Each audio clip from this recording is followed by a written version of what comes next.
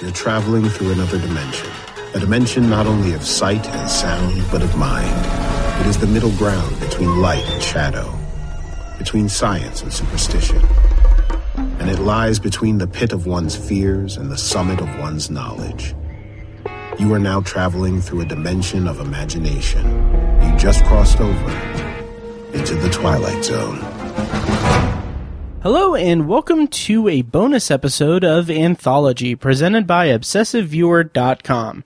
I'm your host, Matt Hurt, and if this is your first time listening, Anthology is one man's examination of the Twilight Zone as a first-time viewer.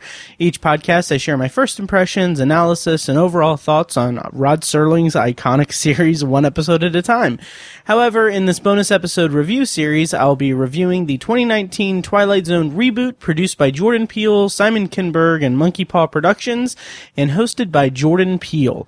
You can find more of Anthology as well as a full episode archive at anthologypod.com. And if you want to contact me, you can use the Facebook page at facebook.com/anthologypod, tweet me at OVAnthologypod, or send an email to matt@obsessiveviewer.com. Today on the show, I'll be discussing the Wunderkind. It's the 5th episode of the Twilight Zone's first season, and it premiered on April 25th, 2019 on CBS All-Access. But before I get into my review and everything, just a couple of housekeeping items to bring up at the top of this episode. First up is, I know that it's been a few weeks and I addressed this in the main feed episode reviewing Static. But just want to say sorry for the lack of output. It's a one-man show. It's hard to kind of keep, the engines turning, as much as they can, as consistently as I would like them to. And I just have a lot of stuff on my plate. And so, I'm back at it. I'm really intent on getting these bonus reviews pumped out and, just getting these reviews completed and actually watching this stuff. I have a busy few weeks ahead of me. So anyway, in the meantime, since my last bonus episode, the Twilight Zone was officially renewed by CBS All-Access, which is awesome. It will have a second season. That was no surprise. I think I mentioned in my last review that it's a shoo-in for a renewal anyway, just because CBS All-Access is still new, it's still fresh, CBS is still kind of building its catalog for CBS All Access, and between Star Trek Discovery and the Twilight Zone, they would be kind of stupid not to renew the Twilight Zone for a second season since it's such a huge property. Despite what the internet may have you believe, it is still pretty highly rated from what I understand in terms of just sheer number of subscribers and everything. So not only was it renewed, but it was announced on Saturday, which was Twilight Zone Day. I don't know why that's Twilight Zone Day. It's what, May 11th, May 12th? That shows how ignorant I am of Twilight Zone fandom. But anyway, I don't know why it's Twilight Zone Day, but it was Twilight Zone Day. That's when they announced, though, that on May 30th, when the season concludes, they're going to release all the episodes on CBS All Access in black and white, which is pretty awesome and pretty clever also, because it's a good way to kind of at least keep subscribers, I wouldn't say keep subscribers, subscribed, but I feel like it's more of a calculated effort to, stem the, presumably the mass exodus of subscribers once the Twilight Zone ends, its season run. So that's an interesting way to kind of keep people, into the subscription, at least for a little bit.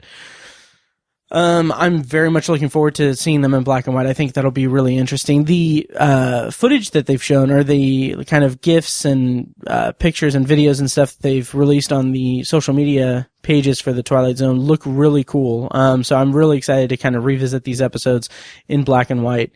Finally, my last piece of housekeeping and everything is that today I'm recording this May 15th, Wednesday, May 15th, very late at night. I just recorded my Static review. I'm recording this late at night to where tomorrow is going to be a fun day at work. But anyway, I need to get this pumped out. I need to get this review because I've been putting it off for so long. Anyway, this morning, May 15th, Netflix and Black Mirror dropped the trailer for Black Mirror Season 5, which is going to be coming out on Netflix on June 5th, which is kind of perfect and beautiful because it is going to be released a week after the Twilight Zone concludes. So that is going to be perfect for me, assuming that I can get back on track after taking a few weeks off from recording these reviews. But I have every intention of trying my damnedest to do that. So I have every intention of trying my best to do it. So that's a very vague, non-committal thing. But yeah, I'm very much looking forward to the new season. It's only going to be 3 episodes, which is cool because it's going to kind of harken back to the first couple of seasons before the Netflix deal. I'm kind of wondering if, because I don't think that when Netflix renewed it for season 5, I don't remember if they announced that it would be 6 episodes, but I kind of wonder, since Netflix is all about kind of like the last couple of seasons has been 6 episodes, I kind of wonder if they have made a deal with Charlie Brooker that maybe they would do 3 episodes now and then do 3 episodes in the winter. Maybe that's just wishful thinking on my part, but either way, I'm looking forward to it. The footage looks amazing. There's is it Andrew Scott who played Moriarty in Sherlock is going to be in an episode, and then we've got the actor who I'm blanking on his name, but he played Manta in Aquaman, and also Anthony Mackie from the Marvel Cinematic Universe and 8 Mile are going to be in an episode. Also, Miley Cyrus is in there. It looks like it's going to be fun. It looks like it's going to be really good. The production value looks great, so I can't wait. I'm actually I meant to email my boss today, but I'm going to email her tomorrow. But I think I'm gonna take June 5th off from work and just stay home, watch all the episodes, maybe record 1 or 2 of the reviews, maybe all 3. I don't know, but I'm just so pumped for that. And frankly, it's interesting. I almost said it's something I would have done for the Twilight Zone, but they're releasing week to week. So, I don't know. Anyway, yeah, so that's the housekeeping I have. Let me go ahead and go into my review of the Wunderkind. Plot summary courtesy of IMDb is, actually no, this is courtesy of CBS All-Access, I believe. The plot summary is: a down-on-his-luck campaign manager is determined to get a kid elected as the president of the United States. This episode stars John Cho as Rafe Hanks. He was recently in Searching, which was a great kind of thriller, and he did a really great job in that movie, because it's just really just him reacting to things on a screen and not having very minimal actor co-stars to play off of. So for a good John Cho performance, check that out. And as Oliver Foley in this episode is Jacob Tremblay. He was in Room as the kid, and he was also in The Predator, but let's not really talk about The Predator. That movie was not that good. But Jacob Tremblay is a really interesting young actor, and I'm looking forward to seeing how his career progresses as he gets older.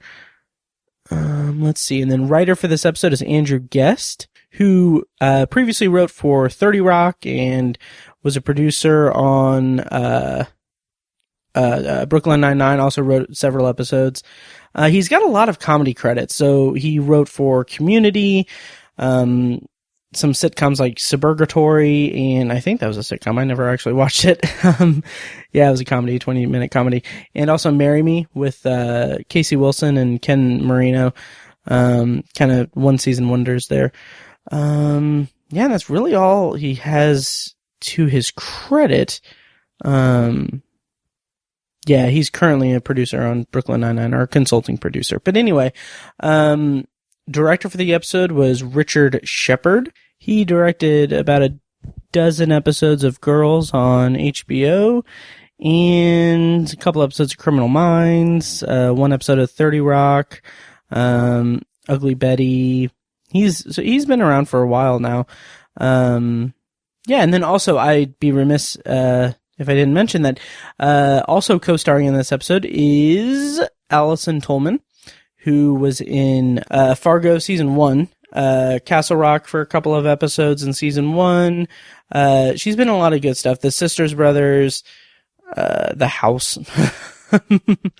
Yeah, she's a really good actress. I really like when she pops up in things. She was also in The Gift back in 2015. But anyway, so yeah, that's the kind of talent rundown for the episode for the Wunderkind. So my initial thoughts when I first watched this, I've watched this episode so many times because it's been 3 weeks, and I don't like.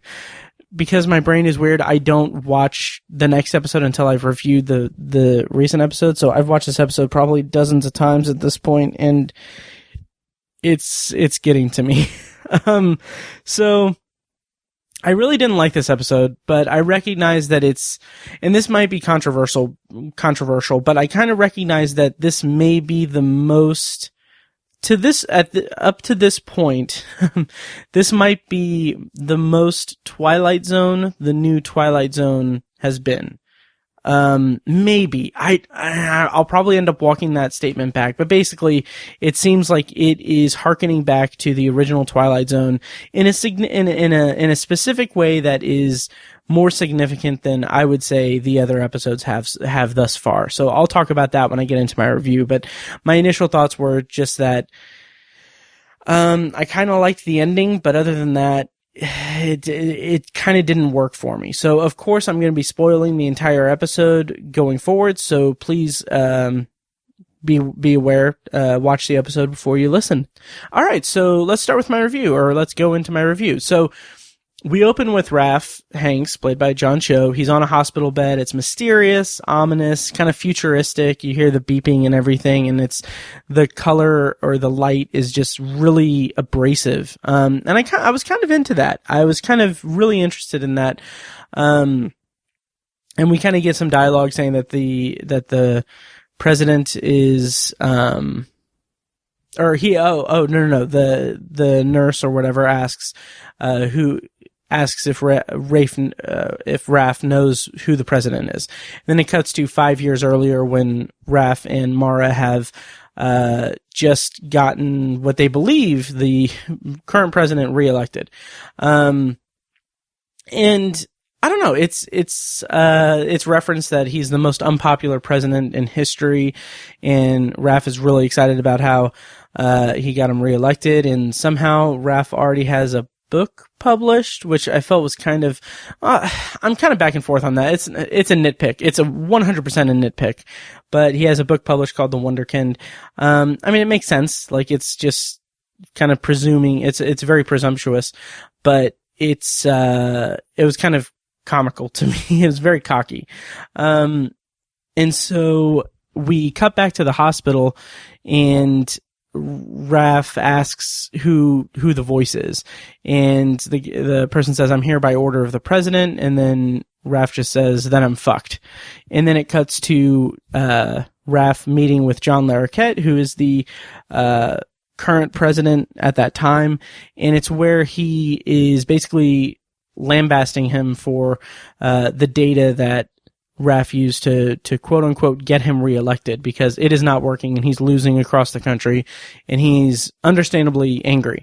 So I talked last week, or not last week, but last bonus review, that the overuse of profanity was starting to get to me because it felt too much like a crutch.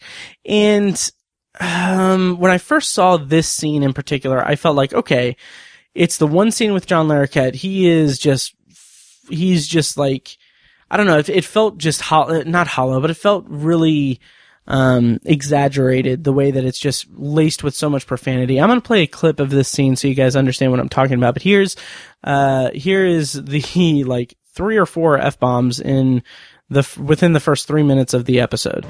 So here's John Larroquette's outburst. What the fuck, Raph? Mr. President? The thing I just lost! New York! Lost New Jersey! I'm from fucking New Jersey. I'm Mr. fucking New Jersey. No. We're losing the whole goddamn country. No, my dad is... Oh, your dad is horse shit. I listened to you. I listened to your numbers and your polls and your fancy data and your high-tech baloney. And guess what? I lost. I am a one-term joke. I'm a diaper filled with baby shit. And it is all your fault! Fuck! And, like, I don't know. I talked about in replay how when she drops the F-bomb right at the end, it's earned and it makes sense given the heat of the scene and the energy of the scene. And I mean, it's the same here. Like, John Larroquette's character is frustrated. He's angry. He just lost his election, and he's already been established as the least likable president in history. So it's clear, like, he's not a relatable person or a good person or an understanding person or anything like that. So it tracks well. It makes sense, but I don't know. It just bothered me a little bit. And, like, the rest of the episode is fine as far as profanity goes, but here it just felt like I kind of rolled my eyes at it. Again, I'm not offended by it or anything by any means. It's just like, okay, write better. Don't lean on profanity for that. But anyway, Mora tells him that he can recover from it and everything, and then we get cut to a bar 2 years later, and there's a really peculiar shot that's echoed at the end of the episode as well, where John Cho is kind of in profile on the left side of the screen in the foreground, and then the TV is on the right, but it's in the background of the scene, but both John Cho's face and the TV are in focus. So it just feels like there's a weird disconnect to the way that it's shown. Like, it looks like John Cho is, and honestly, it looks like John Cho is sitting there and he's acting in front of a green screen, and they didn't, like, color correct or do whatever they do in post-production to make it look like they're in the same scene. I have no idea why that's the case in this episode. I don't know if it was an artistic choice, if that was the reason why. But it feels kind of off, and it kind of just took me out of the scene just a little bit. So John Cho is at the bar. He's, whining about, or he's kind of lamenting that he's, down on his luck following the disaster of the Stevens campaign. And that's when the news focuses on Oliver Foley, a YouTube star that's running for president. And the people in the bar are ridiculous. The guy says, the guy tells, Raph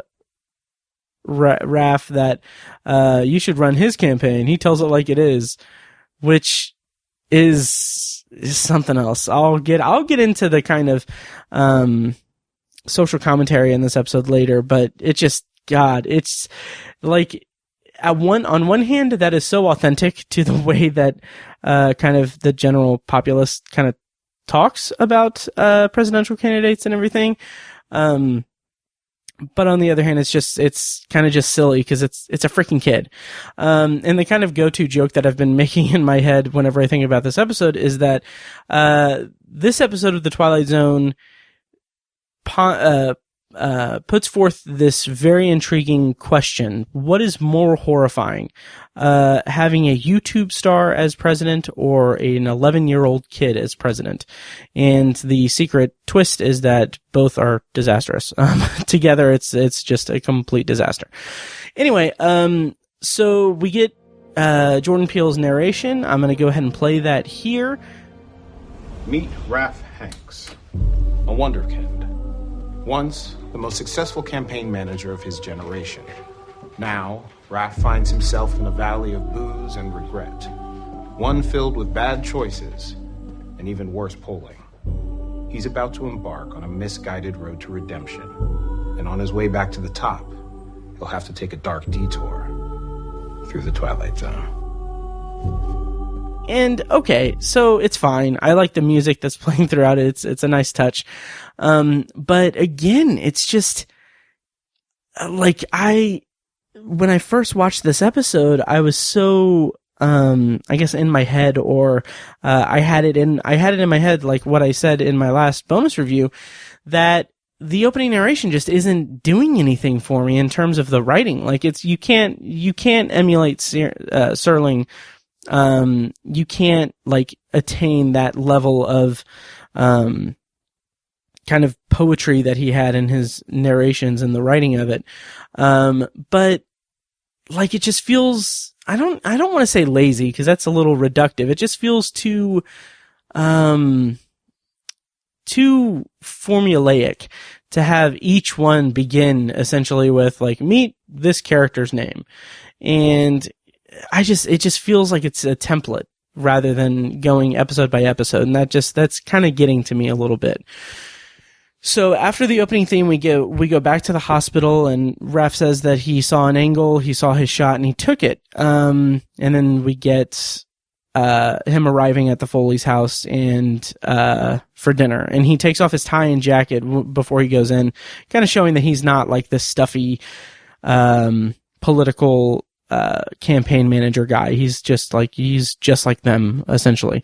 And I really like that Raph is upfront about his intentions. Like when he talks to Oliver's parents, like he is committing so hard to this idea that Oliver could be president. And he is like, when Oliver's father calls him out on it, saying like, yeah, you're an opportunist, Raph's just like, yeah, that's what I am, but no one's going to get hurt. Everyone's going to come out of this great. It's a win-win for everyone. Yeah. So, and I appreciate that. And I really think that this episode's saving grace is John Cho. He is a freaking rock star. Like I love him. I've loved him as an actor ever since, well, Harold and Kumar, really. But like, I was like, even when he was in that show Flash Forward, I was so excited because at the time it was like right when Lost was ending, and I was like, oh, this is going to be the new Lost. And I was so excited because John Cho was going to be in a dramatic role. And he did a great job in that show. Like for what that show was, it was actually pretty entertaining, but he did a good job. But the more I see of him and everything, like Searching and Columbus, he's really great. And his performance in this episode is, great in the face of a ridiculous premise. Like he sells it. Like it's, I think with a lesser actor or a less talented actor who is less inclined to commit to the role, this episode would have been a much bigger disaster than what we got. Not that this episode was a disaster, it just wasn't that good, really. Jacob Tremblay does fine in the episode, but I think my biggest issue is that there's nothing really special about Oliver as a character. Like, I know that this episode pays certain homage to It's a Good Life. Like there's that overhead shot of the cornfield. I haven't seen It's a Good Life, obviously, given the conceit of this podcast where I'm going through it for the first time, but I will be reviewing It's a Good Life eventually. But my understanding of it is about a kid who is able to send quote unquote bad adults to the cornfield. And so I appreciate the visual of the cornfield and everything, but I hesitate to say that it's disingenuous, because it's not necessarily disingenuous. It's just an homage to a classic episode. But like, there's nothing about Oliver's character that makes him special. There's no like Twilight Zone element that makes him command audiences and everything. And I'll get into the kind of Twilight Zone element of this episode in a bit, but just, I think that that's kind of one of my biggest gripes, is that it positions Oliver as this character who connects with his constituents and his audience and everything. But it's really just telling us that and doesn't necessarily show us that, except for a couple scant, like, news clips and everything. And that bar scene. But it just doesn't, there's no like magnetism to Oliver as a character. And I think that that's kind of an issue that I ran into the 100 times I watched this freaking thing. But yeah, back to John Cho. I think that his performance is the episode's saving grace, and I really like the way that he sells the family on Oliver running for president for real. He tells him that it's going to be the experience of a lifetime, and that when he comes out of it, he's gonna have enough money to pay for college, for his sister's college, for the dog's college, and he's gonna have book deals and everything. It's gonna be amazing, and it's a win-win. And I like that because he's also upfront about how, like, oh, he's gonna be on TV again. He's gonna gain his power back as a campaign manager. That's when Oliver comes in and says that he's making another video. So, and he invites Raph to watch it being made. And this is where he goes through his campaign promises. And so I made a list of the 10 campaign promises of Oliver Foley. This is shown in the video, and then it transitions into the rally that he has in Iowa. But basically he says that he's going to have more jobs for everyone, longer vacations, less Star Wars movies, which I'm kind of all about. I would probably vote for him for that. Better air to breathe, so more people are going to ride bikes everywhere. Less war. This is so dumb. This is dumb. Number 6 is dogs for dog people and cats for cat people. And then I think number 7 is more pancake houses throughout the land, please. Number 8 is free video games for every American. And then number 9 is every month will have its own holiday. And number 10 is dessert is before dinner. And man, it would be a much easier pill to swallow if there was some kind of Twilight Zone element that made him magnetic to his audience.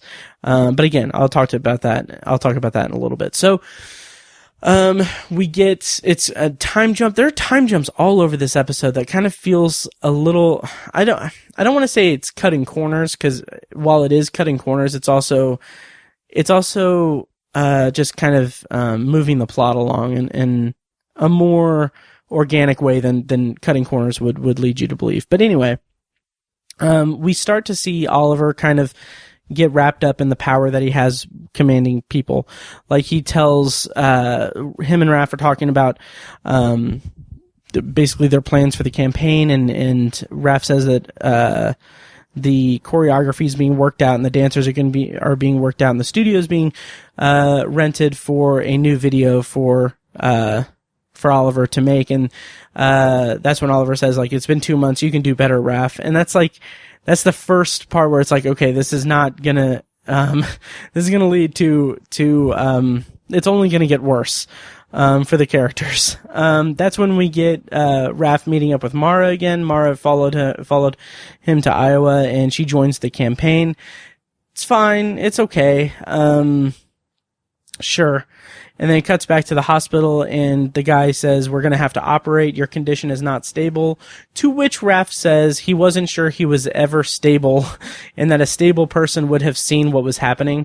Which, okay, for one thing, I think that that's kind of clunky, just a little bit in terms of, just writing. It's a little, I don't know if I'd say it's a leap, but it's just clunky. Like, okay, the nurse or the, person in the room is telling him, like, oh, his condition's not stable. And then that, like, while Raph is potentially dying on a hospital bed, he's like, he's being very self-reflective. And it feels just kind of a little silly to me. But I do appreciate that idea a little bit. The idea that he is aware that he was not stable, and that a stable person would have seen what was happening, because Raph's hubris drove him to do something ridiculous and reckless for his own benefit, and it ended up blowing up in his face in a very significant way, and is ultimately leading to, there's really no way he comes out of this episode alive, so it's leading to his death. And it's just, I appreciate that. And that's kind of where I'll come back to that in a bit. What I will say, as I said, I've watched this episode several times. If I never hear that campaign song again, it will not be too soon. And it's ridiculous because I'm going to put that clip in this episode so that everyone else can have this freaking song in their head. It's just so annoying to me. But here's a clip of Oliver Foley's, just really stupid, campaign song that he does in his video.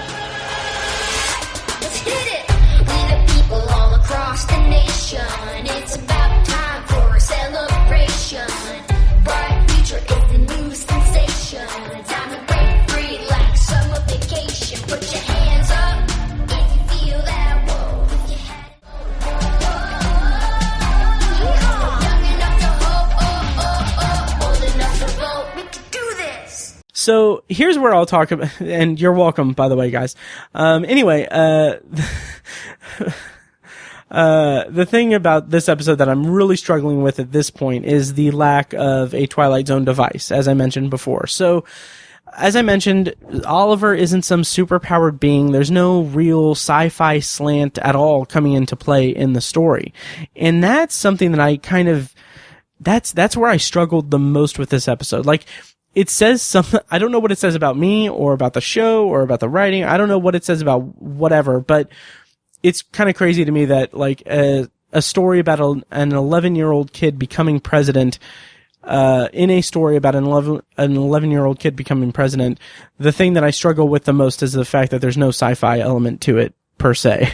And like there are a couple of things that I've kind of come to terms with about it, or I've kind of thought about upon reflecting on the episode, but like you could argue that it's the country itself that is the Twilight Zone device, like stupidity and gullibility of the American public and the way we are much more concerned with celebrity than we are with, policy or like genuine, like, intentions from politicians, if those exist. But we're just more concerned with celebrity and, just kind of celebrity. And it's demonstrated well, like this idea is demonstrated particularly well in the news footage of people reacting to Oliver. Like, they're total freaking morons saying just completely vague platitudes, talking about how, he's gonna make, he's gonna bring the country back to where it was. I'll actually play a clip of that here. So here's a clip of the morons talking on the news about Oliver Foley and why they would vote for him. Well, Oliver's not one of these greasy pond hucksters. We got plenty of those. There's something inspirational about starting off with someone fresh. Someone that believes in the things that I believe in. He wants to make this country stronger. I mean, he wants to bring us back to basics, back to what made this nation great. My grandkids love him. And I really... okay, so it's clear that this episode is very much a not so subtle dig at like Donald Trump. And I am all for that type of satire and, ridiculous kind of poking fun at it. But the thing, like, okay, there are certain elements of Oliver Foley's story that feels like it's just very much like, it's Trump as a kid in the White House. And I'm totally for that and everything. But it's also, and this is where I don't know if I have any Trump supporters as listeners or anything, but, I just kind of feel like those news bites of people talking about it is exactly what Trump supporters sound like when, especially during the 2016 campaign. It's like I know people who just said vague bullshit things, as reasons to support Donald Trump. And it's like, okay, like, what do you exactly, like, and they would not go into specifics about it. Like, I think the country should be run like a business. Like, well, what does that mean? Like, Donald Trump is a terrible businessman. Like, he's failed numerous times. Like, what does that mean? And how do you, like, I don't understand anything. But yeah, it just feels like those types of kind of just vague statements is just like what the state of political discourse and support and everything is today. And I'm not just saying just Trump supporters either. It's just like people get so up their asses about their particular political beliefs that, it's just, if you are surrounding yourself with people who have the same political ideals as you, and you are just parroting off different statements and everything without actually discussing the issues and everything, just because, okay, you align yourself with the ideals of one particular political party rather than the other. It's like, okay, well, that means the other political party is the enemy to you, and you need to shore up your conversations with just vague, stupid points that don't actually make any sense, but it will just be shut down. I'm talking about both sides of the aisle here. And I don't know. It's frustrating. So anyway, in this episode, the news footage of people reacting to Oliver and talking about how, like, oh, he tells it like it is, and he's gonna do for the country. He's gonna bring us back to what this country is all about. It's really just vague, jingoistic bullshit kind of platitudes that mean nothing. And that's stuff that I saw firsthand in the 2016 elections, the midterm elections, everything that's going on, really. It's aggravating. But anyway, and I'm sure it's going to be the same for 2020 and 2024 and 2028. And by that time, we'll probably all be gone. But anyway, so going back to the episode, Oliver's filming his video. He goes to his parents after he's done, and he is whining about having to go to the doctor. And okay, so this establishes the idea that he doesn't like doctors, and he thinks that they're just old people that are poking him with needles. And that comes into play later because he's going to eventually get all of the doctors in the country, I guess, to be young people, which, sure, okay, fine, I'll go along with it, whatever. But it's a good way to establish it. But the way that he acts and behaves at his parents, yelling at them, screaming that he hates them, and running away, it's like, it's kind of, I don't know, it's really irritating. Makes me never want to have kids, even more than I don't want them now. But it should also be the moment where everyone realizes how stupid of an idea this is. And the absence of like an overt Twilight Zone device to establish that, the why of what's going on, or why everyone is going along with this. The absence of that device is what is the most detrimental to this episode. Like, it's the same kind of idea as the comedian. Like, okay, you can understand, like, you can say that when Kumail's character meets with Tracy Morgan, it's basically saying like, okay, you got to give yourself to the crowd, and he tells his personal stories on stage. That is what triggers them to applaud and laugh and everything. So like that device, that's a device. That is a Twilight Zone device. Like that is the supernatural element to the Twilight Zone, that it is creating this scenario in which he is a star of a comedian. Here in this episode, there's nothing like that. There's nothing established that says why Oliver is kind of capturing the imagination of an entire nation. None of that. And with the absence of that, it becomes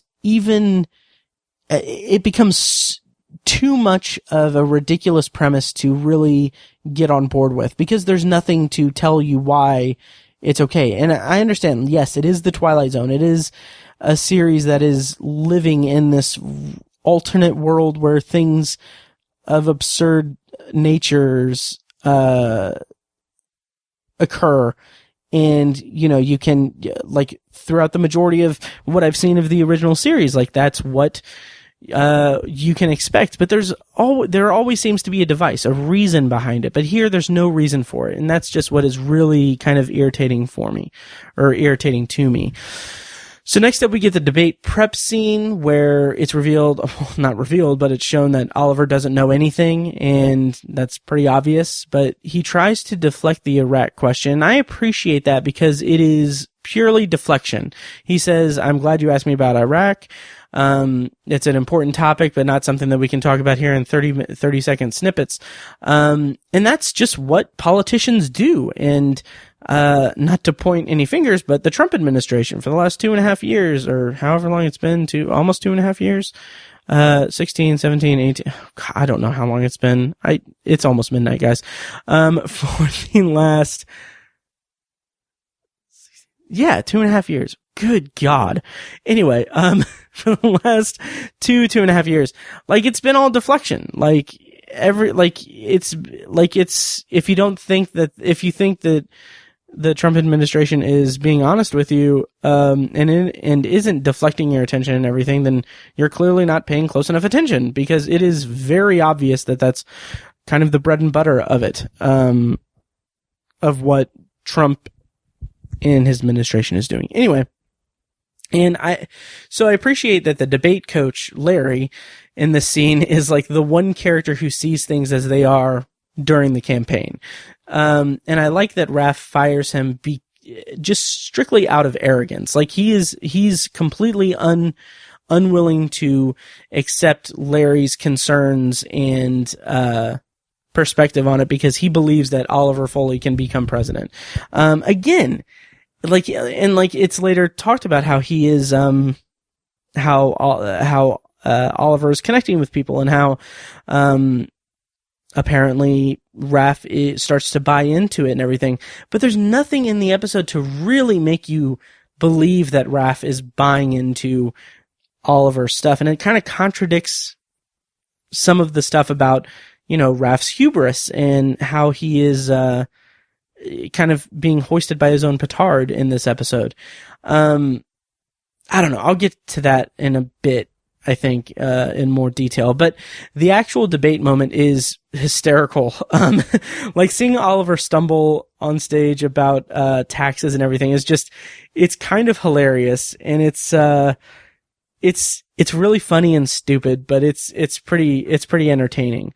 Then we get to Raph in the hospital bed, and this is where the attending physician, or the nurse, or what have you, the orderly, I don't know what he would technically be, but he tells him that the doctor was held up, he's on a different level, and that made me laugh in retrospect, because, like, the way he says it, he says he's on a different level. It leads to one of my favorite moments at the end of this episode that I'll get to at the end. But, I just really liked that kind of seeding line there. So after the debate fiasco, Raph is back at the bar. He's confronted with the fact that he's a joke. The TV is talking about how he's a joke, and the bartender turns it off. Yeah, and then Mara comes in and tries to console him, and he says, I started this whole thing to get out of the mess I was in, but along the way I started believing what he was saying. And okay, so here we go. The conviction in John Cho's performance almost makes up for the fact that there's really no other indication that Oliver says anything interesting or appealing enough to be taken seriously as a presidential candidate at all, much less say anything, or do anything that would make John Cho's character truly believe in Oliver's kind of position to become president.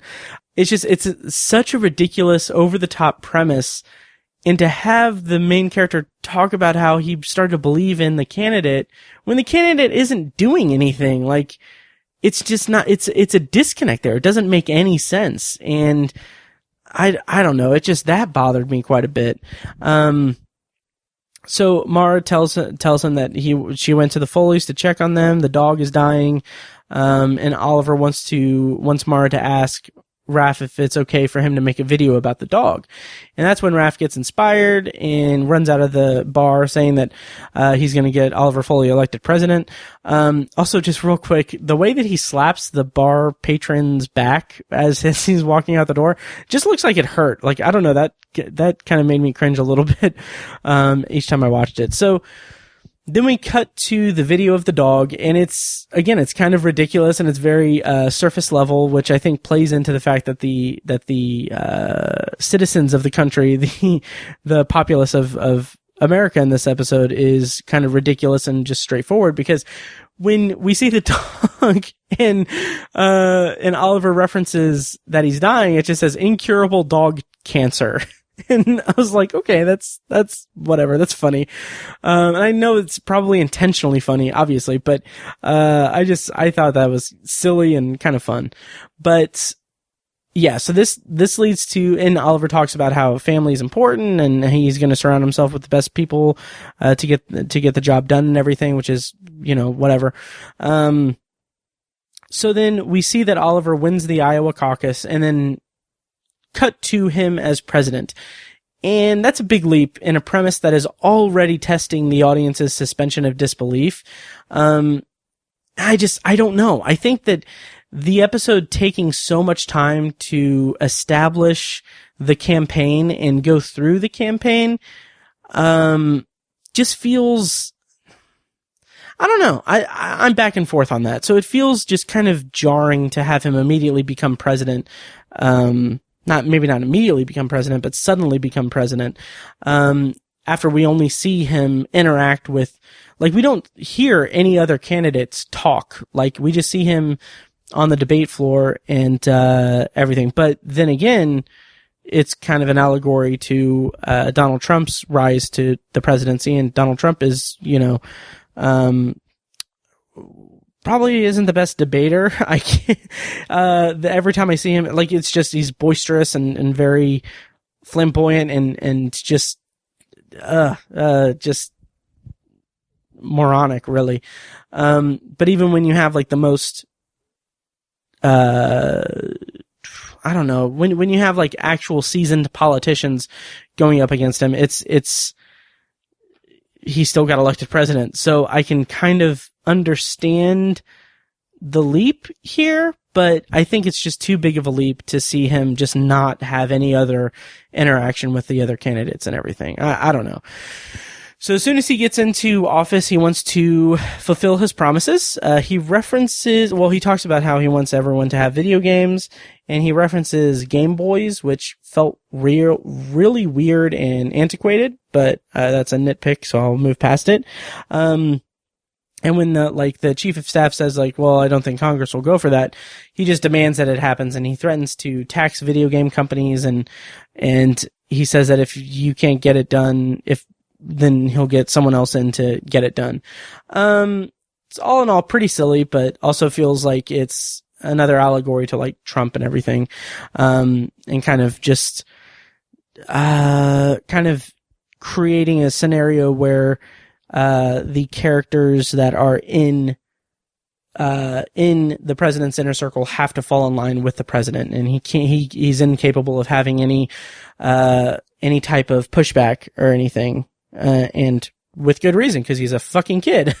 So anyway, once he becomes president, like, this episode, or this moment where he becomes president, and throughout the rest of the episode, the tone, or the I guess tone is the right word, shifts a little bit, to being about the office of the president and the power within that office. So even with someone unqualified who makes a mockery of the office, he can get away with everything because the office of the president carries a blind respect and dignity to it.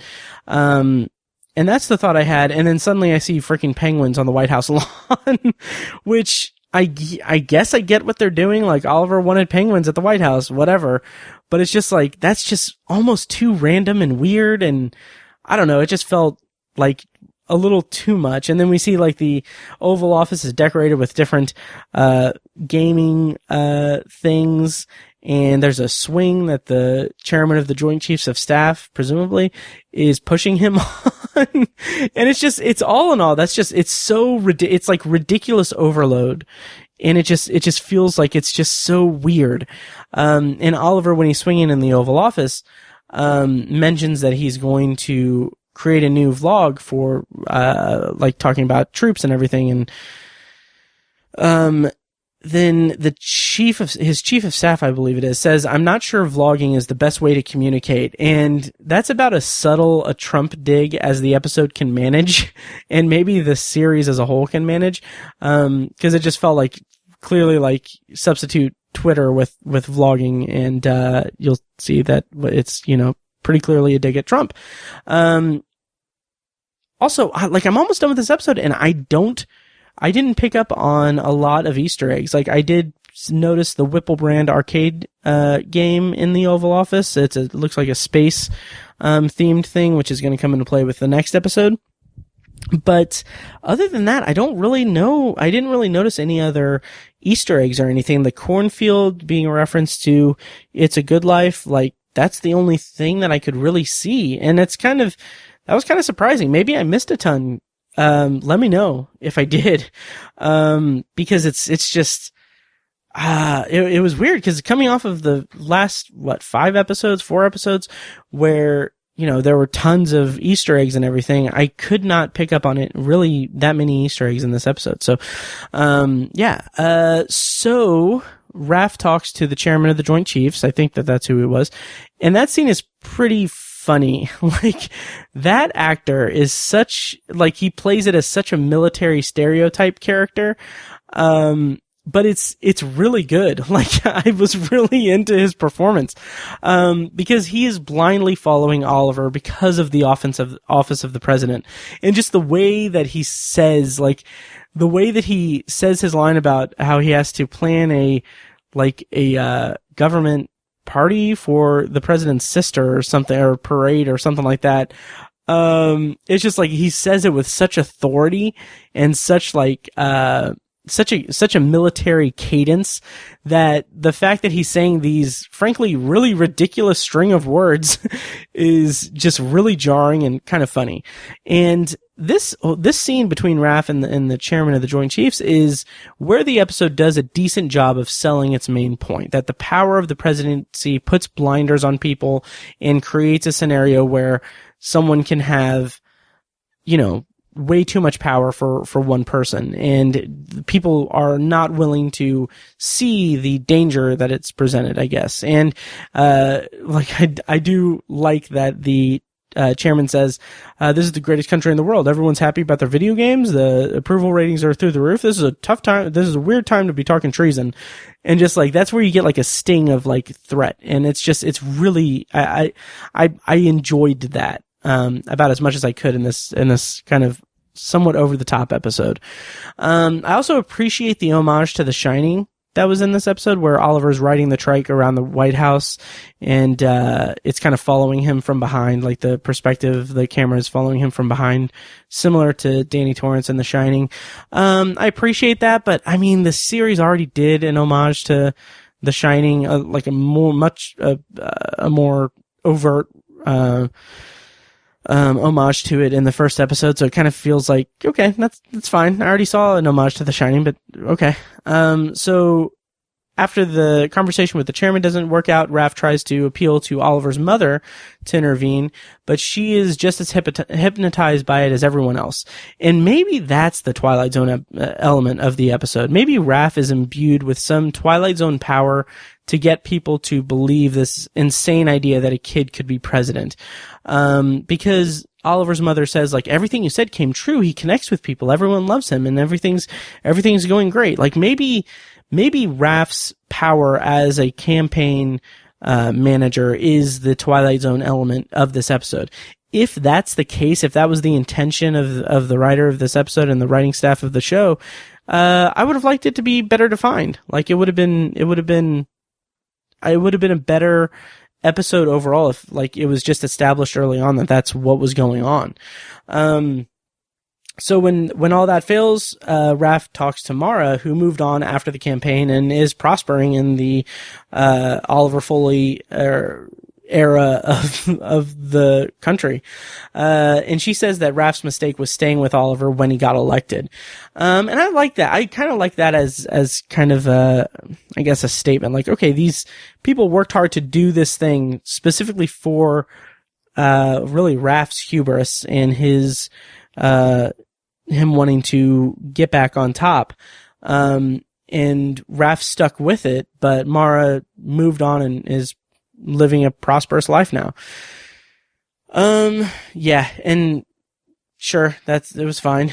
So we get one of our last, or second to last, hospital scenes where Raph says that he tried to do the right thing for once. And we get cut to the White House with Oliver putting, which obviously is, feels like a pretty, overt reference to, Donald Trump, who is a fan of golfing, a lot. So this, like when Raph comes into the room, it's another weirdly framed shot where Oliver is in the foreground and Raph is in the background. And like, it's like Oliver's face is like superimposed in the frame, and both Oliver's face and Raph's face are, I think they're both in focus, similar to earlier in the episode. But it just seems, it looks weird. It looks off. It looks almost dreamlike. And maybe, I don't know if that's the intention, if it's an artistic choice, but it just kind of felt a little off. So, Raph is going to voice his concerns to Oliver, but Oliver's pissed that Raph is challenging him. He switches the lights to more creepy lighting. And basically it comes down to he just wants everyone to back him unconditionally. And that's where it's revealed that the dog was never dying, that Oliver manipulated everyone. And that's fine, sure. And he gets angry about not getting a hole-in-one. He knocks down the golf balls and challenges Raph to tell him that it was a hole-in-one. And so this is the big moment of the episode where Raph has to decide whether he's just going to fall in line with this kid president, or if he is going to stand up and kind of try to put an end to this craziness that he was the architect of. And John Cho's performance here, again, it's like when he tells Oliver that it wasn't a hole-in-one, it's really good. Like, he really commits to this role, and it's the most insane role that you can imagine. And I really appreciated the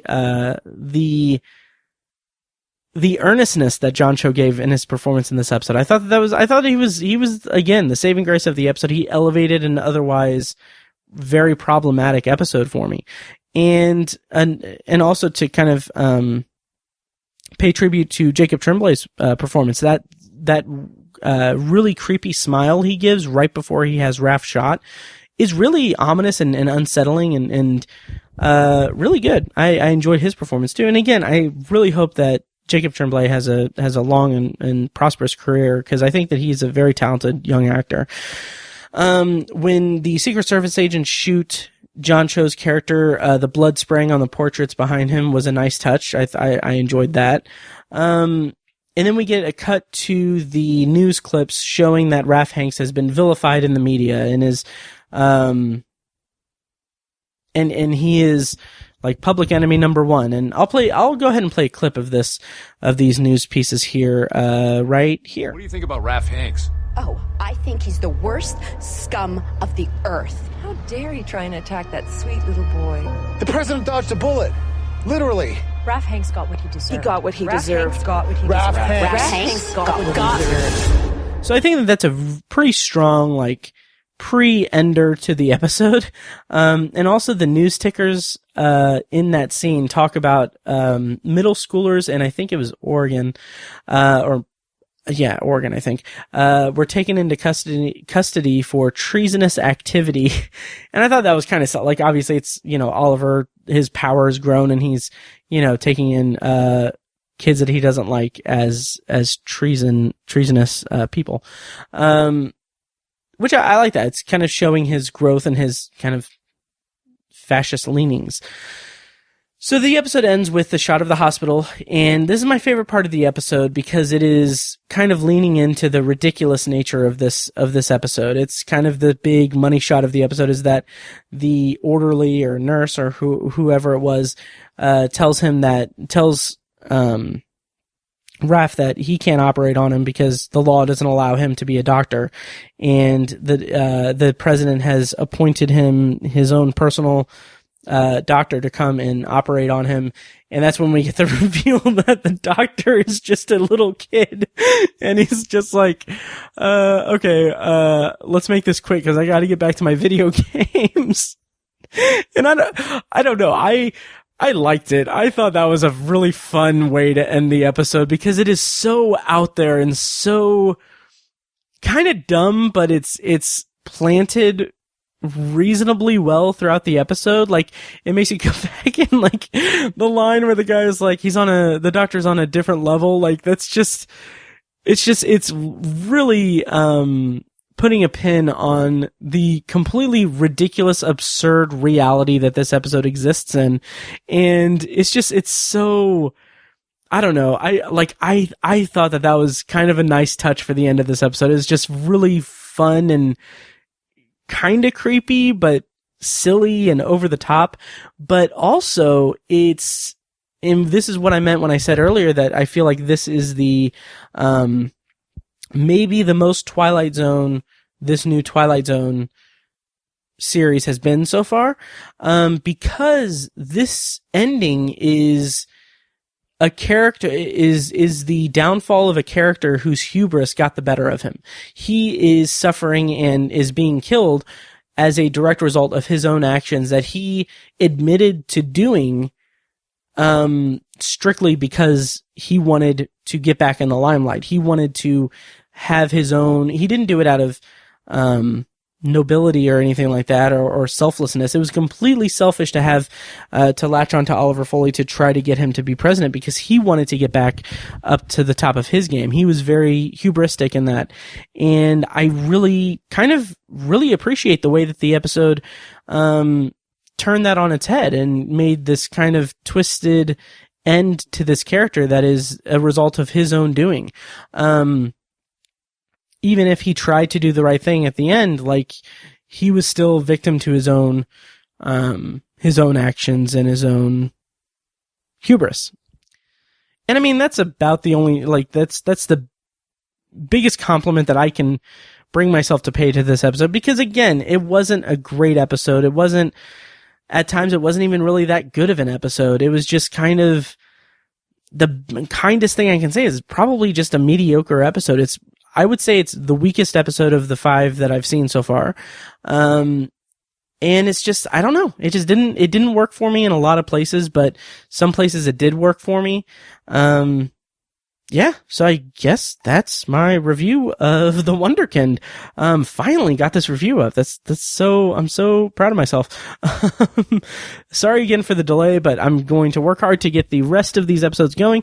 Let me know what you thought of the Wunderkind. I'm finally gonna be able to listen to other podcasters talk about it because, when I do these episodes, I like to do it in a vacuum. So, for the last 3 weeks, I have not listened to any reviews or read any reviews or moved on to the next episode of the Twilight Zone or done anything like that. So I'm really excited to finally dig into, what people are saying about the Wunderkind. And I hope that, if you guys have opinions on it, even though it's a few weeks late, please let me know. Tweet me at OVAnthologyPod. Hit me up on Facebook at facebook.com/anthologypod. Or email me at matt@obsessiveviewer.com. I'm always looking for, feedback from listeners, and I'm really like hearing what you guys think of, the new Twilight Zone and everything. So, yeah, okay. It is now 12:30 and I have to work. I have to go to work in 5.5 hours. That's not right. Math is so hard, guys. I have to be at work in 6.5 hours. So, good God. Okay, I'm getting loopy. Hope you guys enjoyed this review. I'm going to have more soon, I promise. And yeah, I'm looking forward to talking about 6 Degrees of Freedom. I'm looking forward to watching the episode, especially since it's a space episode. So I'm super excited about that. I'll hopefully get that episode up and posted sooner rather than later. Yeah, so thank you guys so much for listening. On the main feed, I'll talk about the Prime Mover, which I talked about last, I teased last, anyway, okay, I'm going to bed. Thank you guys so much for listening, and I'll see you next time.